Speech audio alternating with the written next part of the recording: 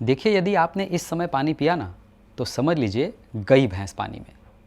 इस समय मतलब हमारे डेली रूटीन का एक ऐसा समय जब हमें लगता है कि पानी चाहिए ही, पानी पीना ही पड़ेगा, लेकिन पानी पीना नहीं है।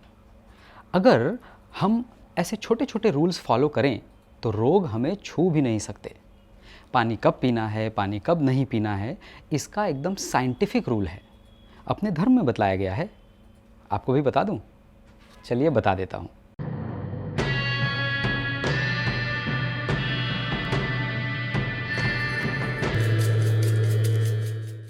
नमस्ते, मेरा नाम सौरभ शुक्ल है।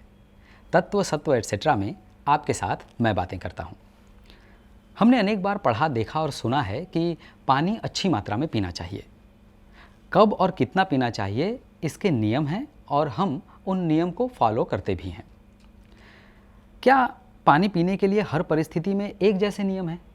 I mean, जिस प्रकार हम पूरे दिन पानी पीते हैं उसी प्रकार हमें भोजन करते समय भी पानी पीना चाहिए, या इसके कुछ अलग नियम हो सकते हैं? जब हम भोजन करते हैं तो पानी पीने के नियम क्या हैं? इस बारे में एक बहुत इम्पॉर्टेंट बात कही गई है, भोजनांते विषम वारी।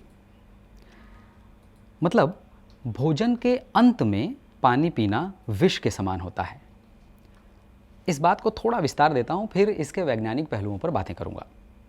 कहा गया है, अजीर्णे भेषजम वारी जीर्णे वारी बलप्रदम, भोजने चामृतम वारी भोजनांते विषप्रदम।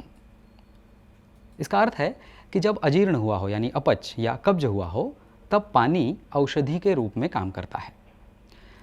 जब खाना पच गया हो, भोजन पच गया हो, उस समय पानी बल प्रदान करता है।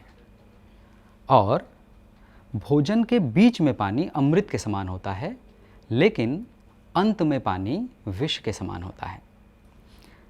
एक और बात बताता हूँ। आपने पूजा विधि में भगवान को नैवेद्य या भोग लगाने की प्रक्रिया को ध्यान से देखा है?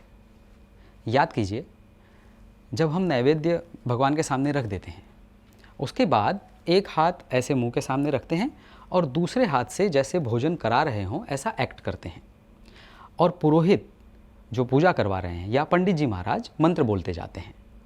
फिर वो बीच में कहते हैं, नैवेद्य मध्ये जलम समर्पयामि, और एक चम्मच पानी बगल में रखे हुए पात्र में डालने को कहते हैं। उसके बाद वही प्रक्रिया, एक हाथ आगे यहाँ और दूसरे हाथ से भोजन करवाते हैं। अंत में जलम समर्पयामि नहीं होता, क्योंकि भोजनांते विषमवारी। ये भोजनांते विषमवारी क्यों? क्योंकि हमारे धर्म में बतलाया गया है। एकदम सरल विज्ञान है, बताता हूँ। देखिए, जब हम भोजन करते हैं तो हमारे पेट में अनेक प्रकार के रसायनों, पाचक रसों, डाइजेस्टिव प्रोएंजाइम्स, एसिड्स और एंजाइम्स का निर्माण होता है, जो पाचन क्रिया में सहायक होते हैं। हमारे खाने के साथ हम कुछ हानिकारक बैक्टीरिया भी खा जाते हैं, जिसे हमारे पेट में हाइड्रोक्लोरिक एसिड नष्ट कर देता है। प्रोटीन्स को पचाने में पेप्सिन और विटामिन B12 को पचाने में इंट्रिंसिक फैक्टर उपयोगी होता है। पाचन की प्रक्रिया भोजन के साथ ही शुरू हो जाती है। भोजन की सुगंध से हमारे मुंह में जो पानी आता है ना, वो हमारी लार या सलाइवा होता है। हमारा भोजन सलाइवा के साथ घुलकर हमारे पेट में पहुंचता है। ये जो पाचन की प्रक्रिया है, ये हमारे खाने के साथ ही शुरू हो जाती है। कार्बोहाइड्रेट्स को पचाने में तो ये सलाइवा ही अपना काम शुरू कर देता है, वहीं से पाचन क्रिया शुरू हो जाती है। तो हमारी आंत यानी इंटेस्टाइन जब इन रसायनों की सहायता से हमारा खाना पचा रही होती है, मतलब वो प्रक्रिया कर रही होती है पचाने की, तब यदि हम पानी पी लेते हैं तो ये जितने भी एसिड्स हैं या रसायन हैं वो डाइल्यूट हो जाएंगे, प्रभावहीन हो जाएंगे, और पाचन की प्रक्रिया प्रभावित हो जाएगी। इसीलिए कहा गया है, भोजनांते विषमवारी। है ना विज्ञान?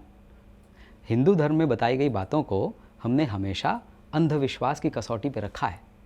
इसे विज्ञान की कसौटी पर रखने की आवश्यकता है।